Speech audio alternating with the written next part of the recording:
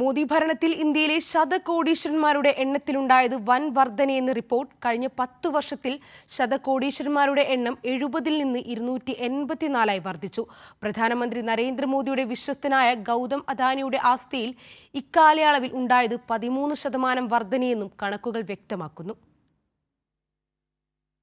കഴിഞ്ഞ 10 വർഷത്തിനിടെ ഇന്ത്യയിലെ ശതകോടീശ്വരന്മാരുടെ എണ്ണത്തിലുണ്ടായ വർധന ചൂണ്ടിക്കാണിക്കുന്നതാണ് ഹുറൂൺ റിസർച്ച് ഇൻസ്റ്റിറ്റ്യൂട്ട് പുറത്തുവിട്ട കണക്കുകൾ.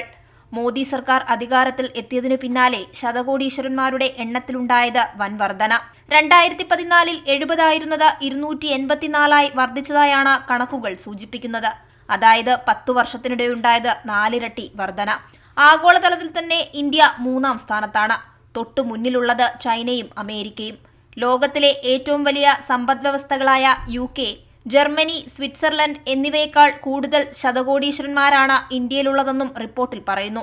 ഇന്ത്യയിലെ ഏറ്റവും ധനികനായ വ്യക്തിയായി Reliance industries chairman Mukesh Ambani തന്നെ തുടരുന്നു.